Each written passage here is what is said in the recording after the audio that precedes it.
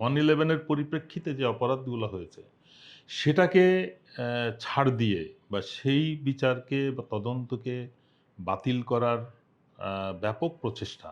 মামুন খালেদের অ্যারেস্টটা লোক দেখানো একটা কার্যক্রম বলে মনে করছি আমি। তার থেকেও বড় অপরাধীরা এখনো আছে বাইরে। তাদেরকে হিসাবে নিতে হবে। আপনার বিরুদ্ধে চলে যাচ্ছে প্রশ্নটা যে মামুন খালেদ তিনি গ্রেপ্তার হয়েছেন রিমান্ডে গিয়ে লোমহর্ষক তথ্য দিচ্ছেন। তো মামুন খালেদকে কি এত বছর ওয়াকার জেনারেল ওয়াকার চিনতেন কিনা? আমার কাছে প্রশ্ন হচ্ছে এটা। আমার ১ম প্রশ্ন হলো যে আমার বিরুদ্ধে কেন যাবে? যেহেতু আপনারই আপনাদের ইয়ার কি ডিফেন্সের লোক, আপনিও না, ডিফেন্সে ছিলেন। সে প্রতিরক্ষা বাহিনীর সদস্য হইতে পারে। কিন্তু সে আমার লোক না। না আমার লোক বলে নাকি? না, আমি বলছি যে আমি তার কার্যক্রমকে আমি কখনোই কোনো অবস্থাতেই সার্টিফাই করি না। বা সেটা সশস্ত্র বাহিনীর জন্য সম্মানজনক ছিল তাও মনে করি না। জি। সশস্ত্র বাহিনীর নিয়ম নীতির মধ্যে ছিল সেটাও আমি মনে করি না।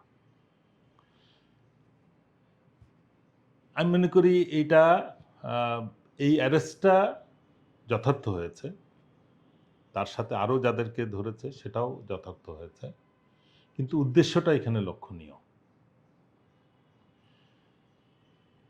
আমি মনে করি যে গত ১৭ বছরের যে অন্যায় অপরাধ, গুম, খুন আ বা হত্যাকাণ্ড যেগুলো, বিডিআর হত্যাকাণ্ড থেকে শুরু করে হেফাজত হত্যাকাণ্ড এবং ১৭ বছর ধরে চলা গুম, খুন, এই অপরাধগুলোর বিচার সংক্রান্ত আইন এবং কার্যব্যবস্থা, সংস্কার সবকিছুকে বাতিলের প্রচেষ্টা করে বা বাতিল করার জন্য তাড়াহুড়া যেখানে সরকার করছে, সেখানে মামুন খালেদের অ্যারেস্টটা লোক দেখানো একটা কার্যক্রম বলে মনে করছি আমি। জনগণের দৃষ্টি ওইদিকে ফেরানোর চেষ্টা হচ্ছে এবং সেটা জনগণ যে ৩ জনকে ধরা হয়েছে তাদেরকে আ রাষ্ট্রীয় স্বার্থের থেকে ব্যক্তিগত স্বার্থে তাদেরকে ধরা হয়েছে বলে মনে করছে। একটু ব্যাখ্যা করবেন। এবং তারা ৩ জন কারা, কারা একটু যদি জেনারেল মাসুদউদ্দিন চৌধুরী, মামুন খালেদ এবং লেফটেন্যান্ট কর্নেল কি আফজাল। এই ৩ জনকেই আমার মনে হয় কোনো ব্যক্তিগত আ স্বার্থ হাসিল বা প্রতিশোধের প্রবণতা থেকে অ্যারেস্ট করা হয়েছে। সেটা যদি হয় সেটা দুঃখজনক। বাট 111 এর কার্যক্রম যদি তদন্তের বিষয় হয়, বিচার্য বিষয় হয়, তাহলে অবশ্যই সেটা আ উম আ প্রশংসার দাবি রাখে। কিন্তু আমরা সেটার লক্ষণ দেখছি না। তার থেকেও গুরুতর যেটা 111 এর পরিপ্রেক্ষিতে যে অপরাধগুলো হয়েছে, সেটাকে ছাড় দিয়ে বা সেই বিচারকে বা তদন্তকে বাতিল করার আ ব্যাপক প্রচেষ্টা, হাসিনাকে ফেরত আনার, আওয়ামী লীগকে আবার সু আম আ বাংলাদেশের রাজনীতিতে ফেরত আনার প্রচেষ্টা, তাদের বিচার কার্যক্রমকে বাধাগ্রস্ত করা, আটক অপরাধীদেরকে জামিন দেওয়ার মাধ্যমে যে প্রবণতা মানুষ দেখছে, সেটার সাথে এটা মোটেও মানুষকে কোনো আগ্রহ সৃষ্টি করছে না। Already international crimes tribunal court তার আ প্রসিকিউটরের নিয়োগ এবং তাদের কার্যক্রম, তাদের অন্তর্দ্বন্দ্ব প্রমাণ করছে যে এই বিচার ব্যবস্থাটাকে নষ্টের আ চলতেছে, ষড়যন্ত্র চলতেছে। তো সেটার আ আম দায় থেকে যদি সরকার মুক্তি না পায়, তাহলে এটা মোটেও মানুষকে 111 এর বিচার বা বিষয় নিয়ে আগ্রহ সৃষ্টি করবে না। তারা বিডিআর হত্যাকাণ্ড নিয়ে বিচারকে বেশি দেখতে আগ্রহী। হেফাজত হত্যাকাণ্ড দেখতে আগ্রহী। গুম, খুন এবং রাষ্ট্রীয় অপরাধের বিচার দেখতে আগ্রহী। তাদেরকে বিচার করলে সরকার বেশি আমি মনে করি পপুলার হতে পারবে। আচ্ছা।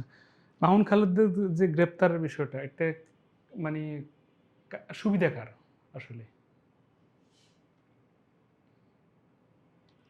বিষয়টা হচ্ছে তার কোন অপরাধকে গুরুত্ব দেওয়া হচ্ছে। এটা যদি একমাত্র আ জনাব তারেক রহমানকে আটক করা এবং তাকে টর্চার করার বিষয় হয়ে থাকে তাহলে সেটা ব্যক্তিগত পর্যায়ে চলে যাবে।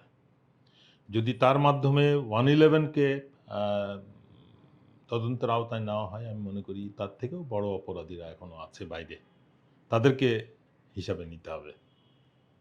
যারা উপদেষ্টা ছিলেন অপরাধী, যারা সামরিক বাহিনীর আরও ছিলেন, সম্পৃক্ত ছিলেন, আচ্ছা।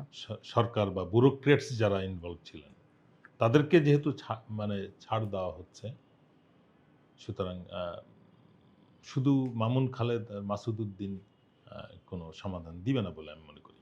আচ্ছা, তো আমি এই প্রশ্নটা যদি করি, এটা যৌক্তিক হয় কিনা যে আওয়ামী লীগ 17 বছর ক্ষমতায় ছিল, ওই সময় 21-এ গ্রেনেড হামলা, 10টা অস্ত্র মামলা নিয়ে পরিপূর্ণ তদন্ত করেনি, অথচ তারাই ক্ষমতা ছিল।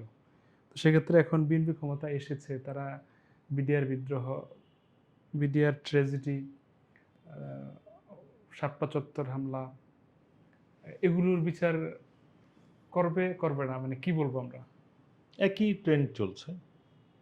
বিএনপির সময় 21শে আগস্ট বা ওই 64 জেলায় বোমা হামলা, যেটা প্রচেষ্টা, সব কিছুই এই জঙ্গি হামলা যেরকম সাজানো নাটক ছিল, এবং যে শক্তি এটার পিছনে ছিল, তারাই পরবর্তীতে বিডিআর হত্যাকাণ্ড এবং শাপলা চত্বর হত্যাকাণ্ডের সাথে ছিল, এবং এই দুই শক্তি দ্বারাই আওয়ামী লীগ নির্বাচিত হয়েছিল, এবং বর্তমানে এই সরকার নির্বাচিত হয়েছে কিনা সেটাও প্রমাণ করবে যদি তারা এই বিডিআর হত্যাকাণ্ড, শাপলা হত্যাকাণ্ড বা 17 বছরের অপরাধসমূহ যদি তারা সামনে না নিয়ে আসে বা ওই সংক্রান্ত কার্যক্রমকে বাধাগ্রস্ত করে।